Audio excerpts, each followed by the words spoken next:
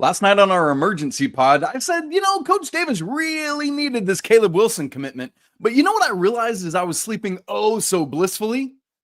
I and we all needed this commitment. This is Tyler Hansbrough, and you're listening to Locked On Tar Heels. You are Locked On Tar Heels, your daily podcast on the UNC Tar Heels. Part of the Locked On Podcast Network, your team every day. Hey there, what's up? Welcome into the Locked On Tar Heels podcast, the only daily North Carolina show out there. I'm your host, Isaac Shade. You're joining me at the place to get your Tar Heels content every single day. It's all part of the Locked On Podcast Network. Thanks so much for making this your first listen or watch of the day. To get excited on Friday because Caleb Wilson is a Tar Heel. Special shout out to all the everydayers joining us, all the members of the Locked On College Discord, and of course, our great Locked On Tar Heels insiders. Today's episode is brought to you by Game Time. Download the app, create an account, and use code LOCKEDONCollege for $20 off your first purchase. Coming up on the show today, going to be an exciting show because we get to talk about Caleb Wilson some more. And let me remind you, late last night, yes, this dude committed at about 1:30 a.m. Eastern time. Technically, it was Friday. It's the same day on TNT. So we had a late night emergency pod. We had over 200 people join us, and it was awesome, and it was great. Make sure you go check that out because that's where we really got into the nitty-gritty and the weeds of Caleb Wilson, which we've done a lot already. So we're going to go more big picture on it today on the show. But then after that, we're going to get ready for the Boston College game tomorrow.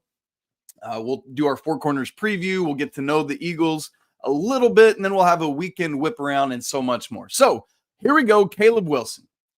Last night on our emergency pod, I said, boy, did Coach Davis and his staff in Carolina as a basketball program need this commitment, right? You've got two top 10-ish guys already in your program this year in Ian Jackson and in Drake Powell, and continuing to get guys of that ilk, of that caliber, is critical to success going forward. But as I slept last night, dreaming of Caleb Wilson sugar plums dancing in my head, I kind of realized something even bigger. It wasn't just that Hubert Davis needed Caleb Wilson. It's that I needed Caleb Wilson. It's that you needed Caleb Wilson. It's that the entire fan base needed this. You know, I just mentioned we had over 200 people in our live emergency pod on YouTube.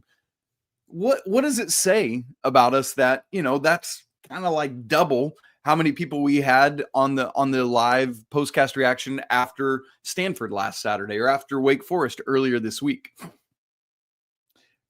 And that at 1:30 a.m. Eastern, right? Could it just be that people always get excited for recruiting? Absolutely. That is a part of it because it's crazy. That's always the biggest shows is like, here's who we're pursuing or here's a new recruit that committed.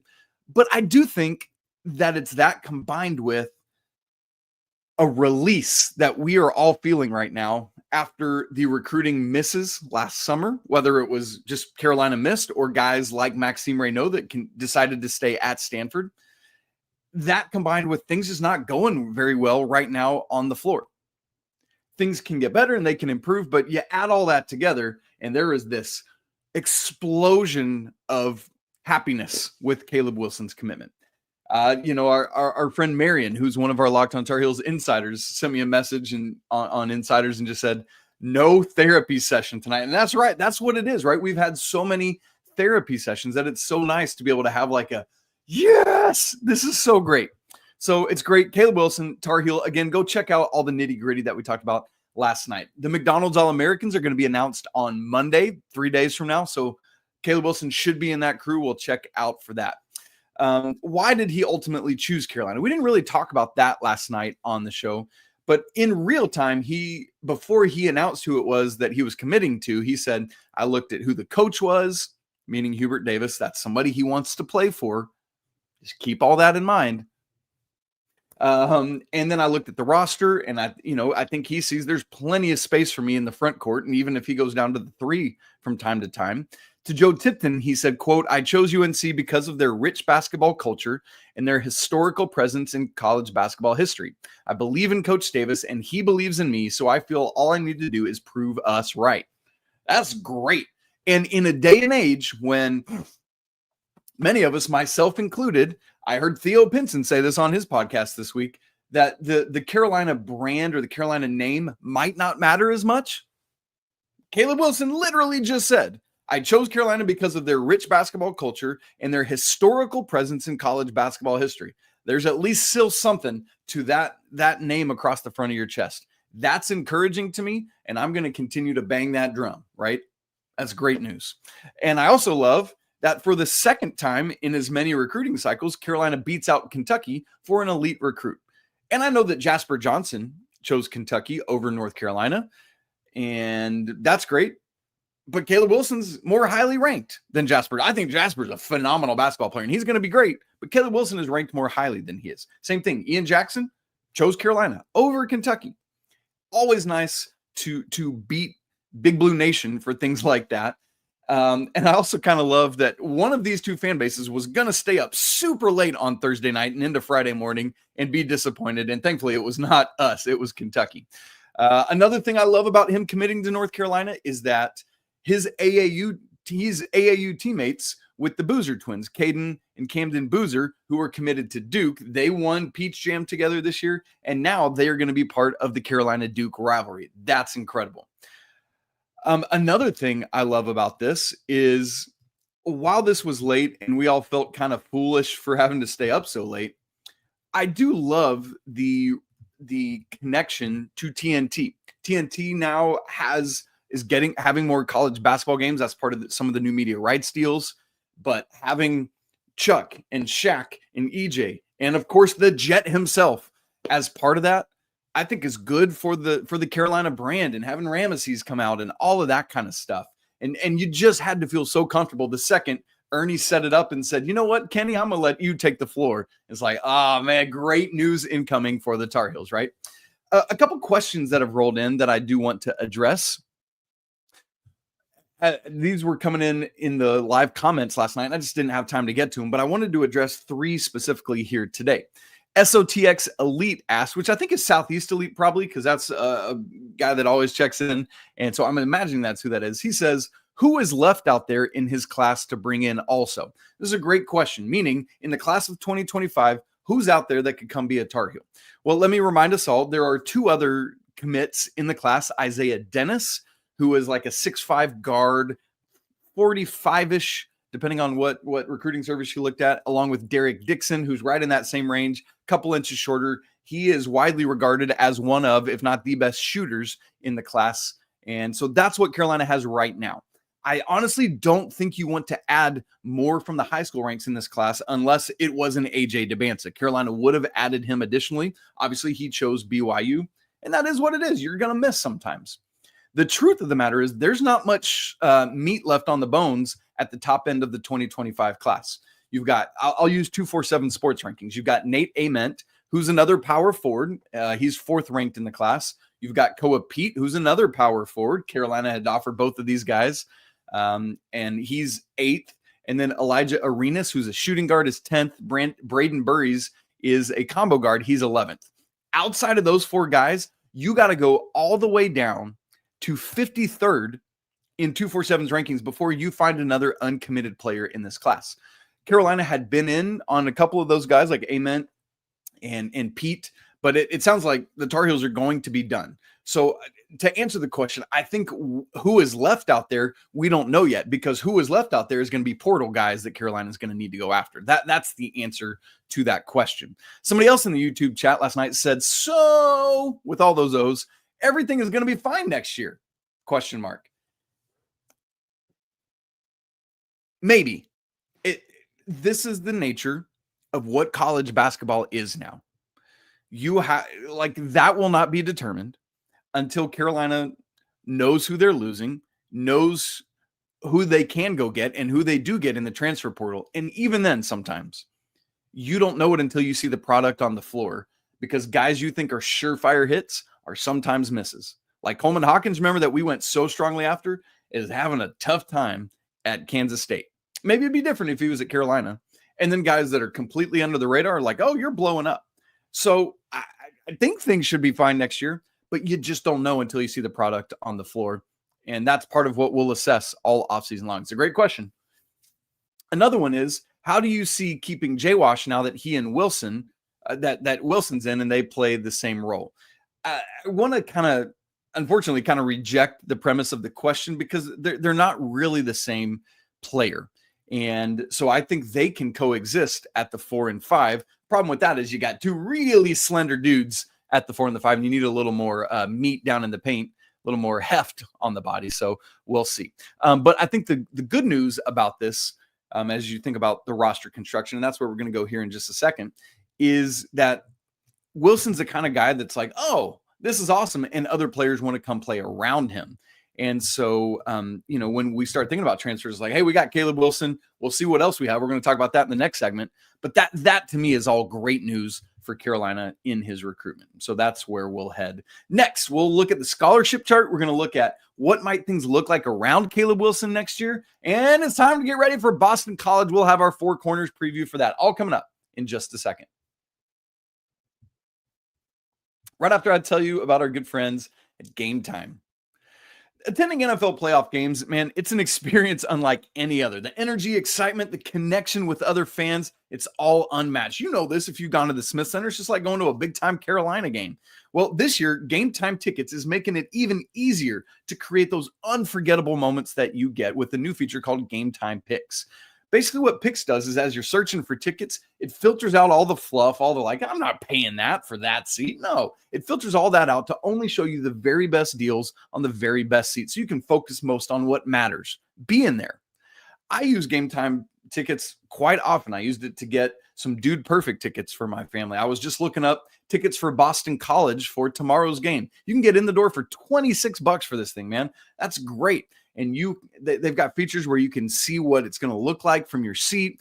They've got a thing where you can toggle a switch and it adds in all the fees right there. So you know exactly how much you're going to spend when you look at the tickets, like in the seating chart. It's really, really helpful. Gives you great peace of mind.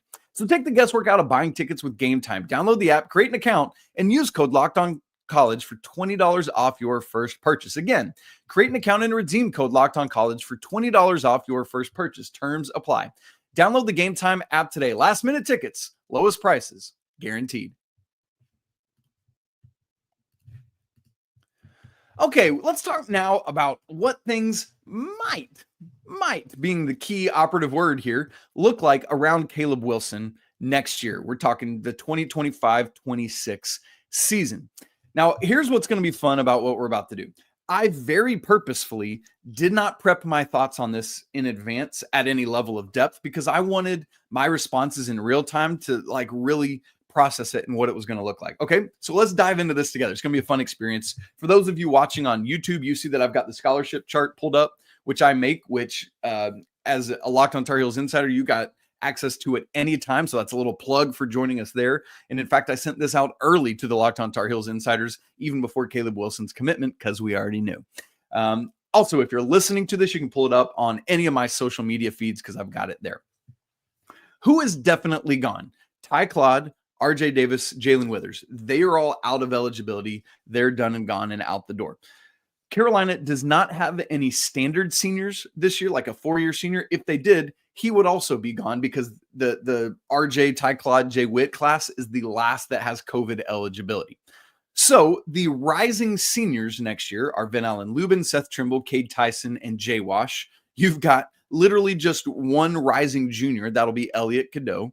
You've got 4 potential sophomores. I guess I should say that about all of these, but that's James Brown, Ian Jackson, Drake Powell, and Zayden High, who is back in classes, and all signs point to him coming back, but we'll wait to see on that. And then the 3 freshmen, Isaiah Dennis, Derek Dixon, and now Caleb Wilson. Here's a couple things I want to say first about the numbers before we talk about personnel. There is talk that the NCAA is going to change scholarship limits next season. Right now, it's 13. It's been that for some time. But just hold what we're going to say right now loosely because that might change. Right now, if everyone returned that could, Carolina would have 1 remaining scholarship out of 13. But again, that might change and give you more space. Obviously, there are going to be guys that either transfer or go to the draft. For example, I think Ian Jackson's gone. Why would he not go to the NBA draft? Drake Powell feels a little bit more up in the air to me. For the purposes of this exercise, let's send Ian to the draft and let's bring Drake back while recognizing very easily that Drake could be gone, right? I hear that. So I'm going to put Ian gone, Drake back. That's just going to help me. I'm putting that in my own notes. As for the rising seniors, that's tough. Let's say Seth is back. Let's say Jay Wash is back. I don't know about Cade, man. I would love if he could have like a renaissance this offseason and get stuff figured out. I don't see it. Man, I think Vin Allen Lubin will be back. But let's put Cade in the portal for now. Maybe transferring back down to a level that's more appropriate from him, right? Like I think that's more accurate. All right, moving on to the soul rising junior, Elliot Cadeau. I think Elliot's got to come back. I just with the inconsistency, I don't know that the NBA draft thirst is going to be there for him. So I'm going to put Elliot back for this team next year. As for obviously the freshmen are coming, Isaiah Dennis, Dixon, and Wilson. And then for the rising sophomores, again, you got James Brown. Let's keep JB on the roster, Zayden. And then we've already talked about Ian and Drake. So again, this is not going to be accurate and correct because some of these guys are going to leave either through the portal or to try the NBA draft. So with what we just did, I've got 1, 2, 3, 4, 5, 6, 7, 8, 9, 10 guys on the roster for Carolina. If that happened, that would be fantastic. But as I look at this roster, I don't see a ton of shooting. So I think that's what Carolina would need to do. Go get some shooters in the transfer portal. You can't necessarily, Derek Dixon comes in with a great reputation, but you can't necessarily rely on that to be a thing that he brings next year. Hopefully, Seth has been efficient in the shots he takes, but he's not a high volume 3-point shooter. And he's still finding his rhythm right now, honestly, after coming back. But prior to injury, I was feeling great about Seth's shooting. Drake Powell, also right around 40% this season. I think he will take steps forward. Jay Wash, we'll see where that's going to go with shooting. Elliot, will he continue to progress as a shooter? You've got to imagine so, and that he would work his butt off in the offseason. So you got some guys that can do it, but you don't have anybody that is a proven high volume, near 40% shooter and has all of those other than Cade Tyson. And I don't think he's it, unfortunately. So Carolina, for me, the two biggest areas of need based on this exercise that we're doing, and again, I'm processing this in real time with you all. This is so fun. I love this. But is high volume shooting, maybe two of those kind of guys, because you just need shooting. Carolina is sitting right now, 32% from three. That doesn't cut it. Literally in the 3-point era, no national champion has shot below, I think because I've got all the data on that. I've gone and done it. It's like 33.5% or something like that. And ideally up to 35%. Carolina needs that. And then just like last summer, man, gotta go get a big, not just any big. It's gotta be a high impact big. Those are the two biggest areas of need for the Tar Heels next year. And that's what I will be looking at. All right, so there we go. There's our scholarship chart exercise. As the caveat I always have to give with this is when you look at this chart, just keep in mind, this is not what's going to happen. I project out the eligibility that everyone has. They won't all use it, but you can see what possibilities are in place. So it extends all the way out through the 28-29 season, which is when next year's freshmen would be seniors. All right, that's great. So now we do need to get ready for the Boston College game. Four Corners preview, get to know the Eagles, and we got to quickly get through our weekend whip around so you know everything that's coming up this weekend in Carolina athletics.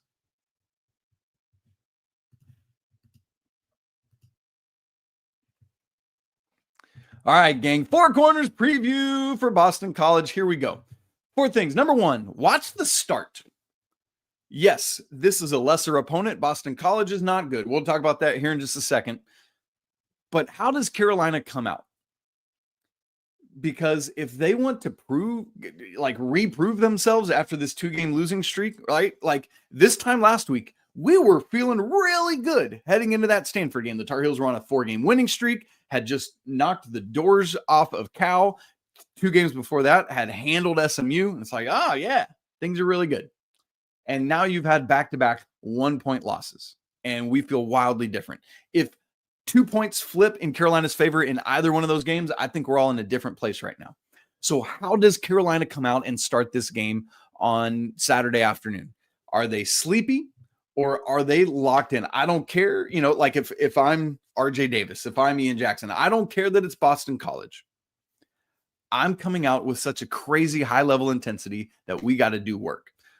Are they going to show with their play, with their focus, that they are a team who realizes how much their backs are against the wall? You cannot afford any slip up, and you need to show that you outmatch this Boston College team. So the first half effort, let's recognize it's been better lately. Carolina has looked good. They've not been getting into these big first half holes. But the second you go on cruise control, the second you go on the autopilot, Boston College, even as bad as they are, could give you a game. So don't do it. Got to build a foundation in the first half and then obviously finish it off in the second half, because that's now been more of the problem, is not holding the lead. So Four Corners preview, point number 1, watch the start. How does Carolina come out? Got to be guns blazing. Number 2, it's time for the defense to continue to take steps forward and shut off the water. Part of the reason I say this is because Carolina's offense has regressed lately, in my opinion. Had their lowest points per possession of the season against Wake Forest. So it's not just my opinion. Stats back it up. So the offense needs to take a step forward too. However, that said, while offense can be variable, man, your defense can be locked in, connected, communicative, all of those things night after night after night. Boston College is not a great offensive team, at least in terms of scoring a bunch of points. They have only broken 80 3 times this season, and never have they scored more than 83 points. That's telling. Carolina is looking for a 7th straight game of holding their opponent to 73 or fewer points. Earlier this season, I don't think we would have been had even thought about that as a reality, as something we might sniff. But here we are, and Carolina's defense is now the better of the 2 units, at least in terms of what the numbers and the analytics tell us. Here's another Boston College number. They have been under 70. Yes, under 70 points in 9 of their 19 games. So again, Carolina could see all that and come out sleepwalking. No. Defense has to be locked in, ready to go, disruptive. I want to see Seth Trimble getting out and running, like 87 steals from him and finishing them all at the rim. That's what I'm looking for. Time for the defense to shut off the water. Four Corners preview, point number 3. This has to be a get-right game. It just has to. This and Miami are going to be like your 2 opportunities in ACC play to basically play a mid-major level team. And I hate to say that about BC and Miami, which is crazy, particularly about Miami, but it's true. They're just both awful. So this game is an opportunity at a reset, like when you played Campbell or something of that nature. So you got to take advantage of it. Got to get guys right. It's like if you're a baseball player and you've been going up against this high-level competition, and suddenly you get a pitcher floating them in at like 50 and you're just crushing the ball. That's what we're talking about. And it has to be a get-right game for everyone. But for me, the most critical get-right person for this game is Ian Jackson. Ian has been phenomenal. He's been consistent. He's done it game after game after game. But it's not a coincidence. It is no coincidence that in these back-to-back losses Carolina has had, Ian has scored just 6 and then 7 points. There is correlation there, right? Those 2 things happen. So Carolina, and yet you hate to have to put this on a freshman's shoulders. That's a big, heavy burden to bear, but he has to get back going offensively for Carolina to get back to where they were. Again, we just talked about the offense has not been as good. Carolina has had back-to-back losses where the offense was not as good. And in those games, Ian Jackson scored just 6 and then 7 points. Meanwhile, RJ had a great game against Wake Forest. Elliot had a great game offensively against Wake Forest. Need him to do it all game long, right? Keep attacking. But clearly, Ian was the missing piece of the puzzle. So in particular, it's got to be a get-right game for him. And then number 4, the hope for the front court seems to be a combination of Jay Wash and Van Allen Lubin. I think that's what we've kind of narrowed it down to. Unfortunately, Jay Witt has just continued to be the same inconsistent version of himself that we've seen. I hate that. I hate to say that, but I promise you all the time that I'm just going to be honest with what I see and with what's happening. I'm a glass half full kind of guy, and I'm going to celebrate and erupt and praise and be joyous. But I also want to say, here's what I'm seeing. And what I'm seeing is that Jalen Withers just has not ascended to another level. He's still making the same types of mistakes, like baseline drives that turn into offensive fouls, or over dribbling and doing that, or over dribbling and just losing the ball, things of that nature. Like, not wisdom with shot selection. Hit that massively important 3 against Wake Forest to put Carolina up by 1 late in the game, but then on the next possession took an early shot clock 3 from the same spot. That's not what Carolina needed in that moment. He's got to have the wisdom to do that. James Brown can give some good spot minutes here and there. Ty Claude had to do it out of necessity the other day because so many crazy fouls in the first half against Wake Forest. But those guys have not shown, like with Vin Allen and Jay Wash, it's not been game after game after game, but they've shown flashes. And if they could get to that consistency and the combination of them can do it, that to me is the hope for these Tar Heels. And thankfully, Quentin Post is not a Boston College Eagle anymore. And so things in the front court will be a little bit easier because Quentin Post was a great college basketball player, man. So good. So here's what would I like to see from that combo of Jay Wash and Val? I want to see a combined 15 to 20 points and 12 to 15 rebounds. If the two of them can combine for that, I think that puts the Tar Heels in a place they need to be. Will they do it? We'll see. And a couple blocks. Let's add that in as well, right? Like Jay Wash has been really finding himself in that regard. Vin Allen had 3 the other game. I can't remember which opponent it was, but it happened. And so if those two guys can be a force, the two of them, and they do it in different ways, that's what's encouraging as well, then Carolina would be in a better spot. All right. So let me give you the particulars of the game. Carolina, Boston College tomorrow, January 25th, as this dude turns 41. Gross. I'm getting old. You can see it in my beard, these little gray hairs. It's coming, man. Age catches up. It's relentless. This game's in Chapel Hill at the Dean Dome, 2:15 p.m. Eastern time. And that quarter-hour start means that it's on the CW network. So make sure you find that in advance. We don't yet have the FanDuel line, but Ken Palm actually favors Carolina by 20 in this game. That's kind of nuts. Series record all time, the Tar Heels lead the series 23-6. One of those few losses, you might recall, this is the one that sticks out to me more than any other. 2009, this is the championship year.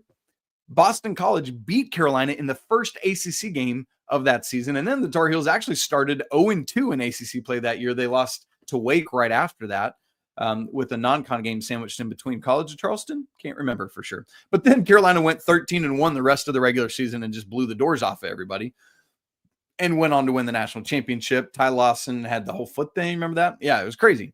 But it's been very lopsided in this series in the last decade and a half.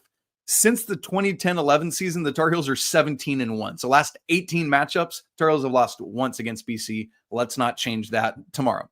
Their head coach is Earl Grant. It's his 4th year, had his first winning season for the Eagles last year. He's looking to do that this year. I don't know if it'll happen. They're not ranked in the AP poll. They were dead last in the ACC preseason poll. Right now, this is how bad things are for BC. They are 232nd in the net. That is the second worst Power 5 school, meaning the combination of ACC, Big 12, Big East, Big 10, and SEC. Out of those 5 conferences, they're the second worst ranked in the net. The only one that's worse is Miami. What? They're 245th. I've been saying for a while, BC is the worst ACC team. They have been. That literally just flipped to where Miami is now worst. That means, as you would guess, that this is a quad 4 game. However, at Ken Palm, they are the worst ranked Power 5 school. They're 219th at Ken Palm. The offense is 200 and the defense is 236. Ooh, gross, yuck.